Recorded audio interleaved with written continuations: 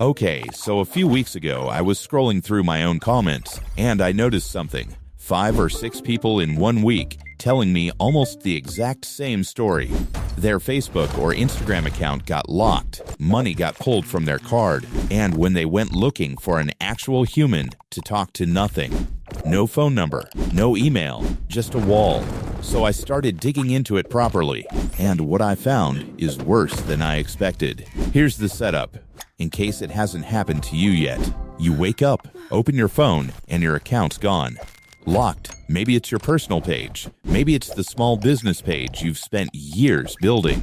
There's a message about suspicious activity, and when you check your bank app, sure enough, someone got into your ad account and ran up a few $1,000s in charges you never approved. Now you want help.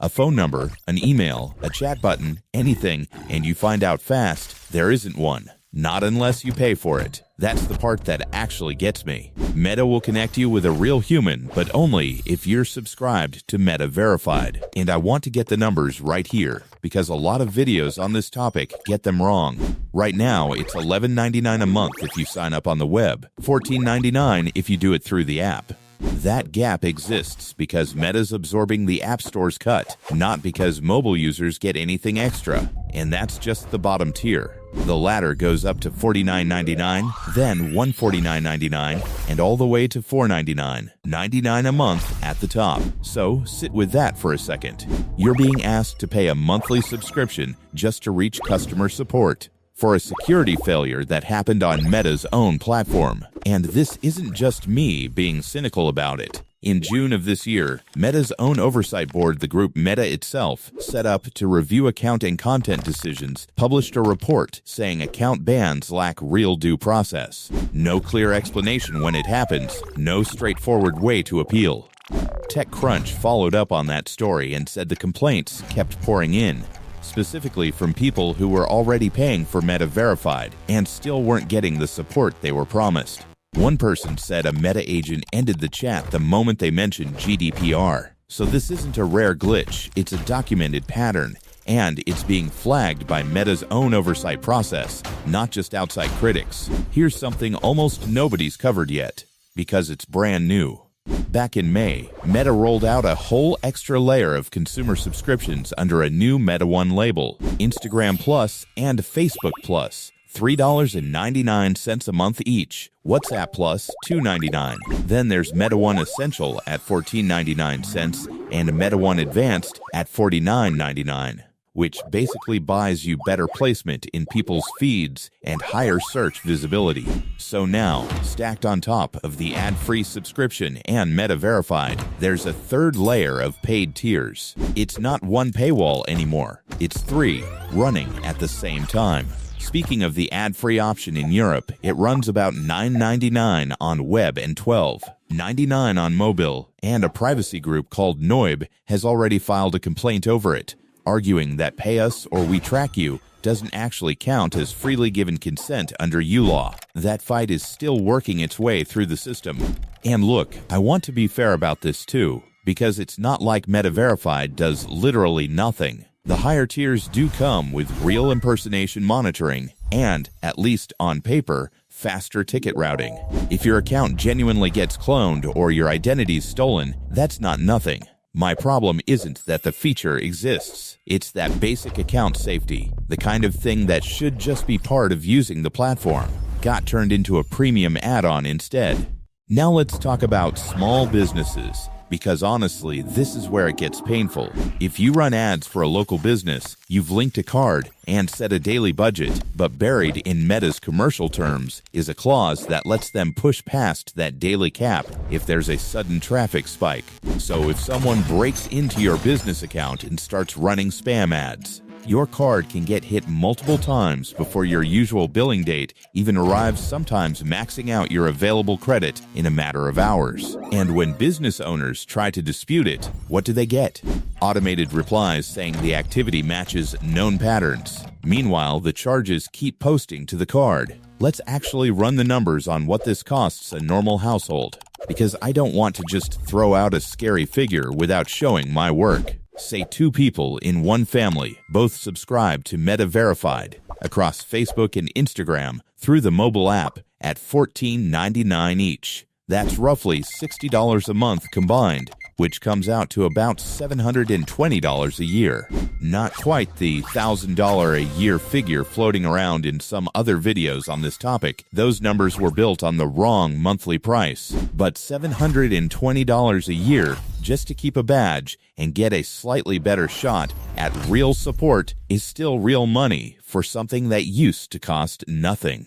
So why is Meta doing all this? Pretty simple. Honestly, their ad business is under pressure from regulators, from younger users spending more time on other apps, and from the rising cost of building AI at scale. Subscriptions are close to pure margin. Every dollar someone pays for a badge or a support ticket doesn't have to be shared with anyone. Meta took something that used to just be a basic cost of running a platform, helping their own users, and turned it into a product they sell back to those same users. There's one more layer to this that people don't think about enough. Meta's current policies let them use public posts, captions, and photos to train their AI systems, reaching back years, unless you actively opt out.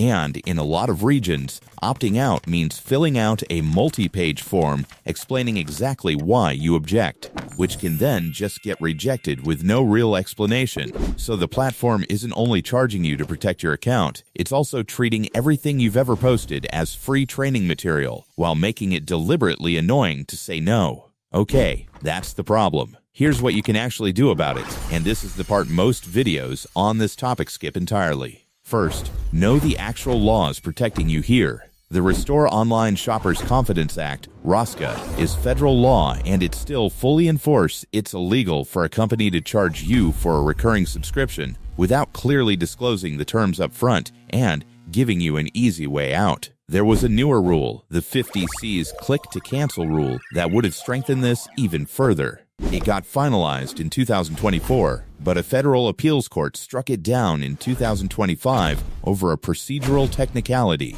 not because the underlying problem stopped being real. The FTC has said publicly it's continuing to go after the exact same practices using its existing authority under Section 5 and ROSCA, and as of this year, penalties for deceptive subscription practices can run past $51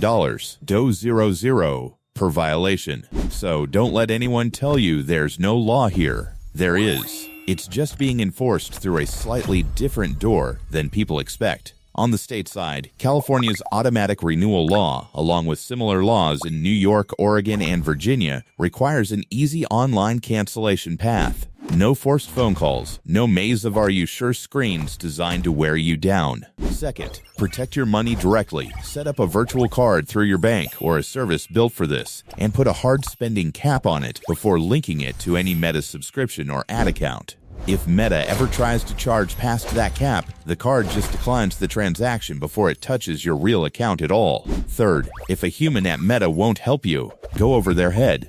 File a complaint through the 50C's website or through your state attorney general's Consumer Protection Division. These complaints aren't symbolic. Plenty of people who got nowhere with Meta's support bots have reported hearing directly from Meta's legal team within days of a state complaint being filed. There's also a formal step most people don't know exists, sending a written notice of intent to arbitrate. Meta's terms push disputes into individual arbitration instead of lawsuits, and arbitration filing fees mostly fall on the company, not on you. So when Meta's legal team sees a real arbitration notice land, it's often just cheaper for them to settle, refund the charge, and reinstate the account than to go through the process. You don't need a lawyer to send this. A clear, dated letter by certified mail laying out exactly what happened and what you're asking for is usually enough to get someone's attention. Fourth, go into your account and turn off Facebook activity tracking. It's still sitting there in your privacy settings, and it shows you an honestly unsettling list of outside apps and websites quietly reporting your activity back to Meta. Clear the history, switch future tracking off, and you cut off a big piece of the data pipeline behind their ad targeting. And if you live somewhere with a real privacy law on the books, California's CCPA, Colorado's Privacy Act, and a growing list of others, you can file a formal request demanding they delete your data and stop selling it. Companies are legally required to comply with that. If you ever decide to leave for good, download your full archive first. Photos, posts, contacts, all of it, before requesting deletion. Once you do, log out everywhere. Revoke saved app permissions and clear stored passwords from your browser. Meta gives you a 30-day window before deletion is final, and just logging back in by accident, even through an old saved password, quietly cancels the whole thing. Look, I get why this stuff is easy to shrug off. A few dollars here, a locked account there, but add it up across a family, across a small business, across a few years, and it's real money. Moving through a system that's built to make, leaving harder than staying. The good news is, you're genuinely not powerless here. The laws exist. The tools exist. Most people just don't know they're available, because platforms like this one aren't exactly rushing to tell you. That's really the whole point of this video, not to convince you to rage quit every app tonight, but to make sure that if this ever happens to you, you already know exactly which door to knock on. If any of this has happened to you, locked out, charged for something you never approved, told to pay just to talk to a person, put it in the comments. I read all of them, and honestly, the more of these stories are out in the open, the harder it gets for any of this to stay buried in the fine print. If you want more of these, the fees nobody explains, the fine print nobody reads, stick around. I'm already digging into the next one.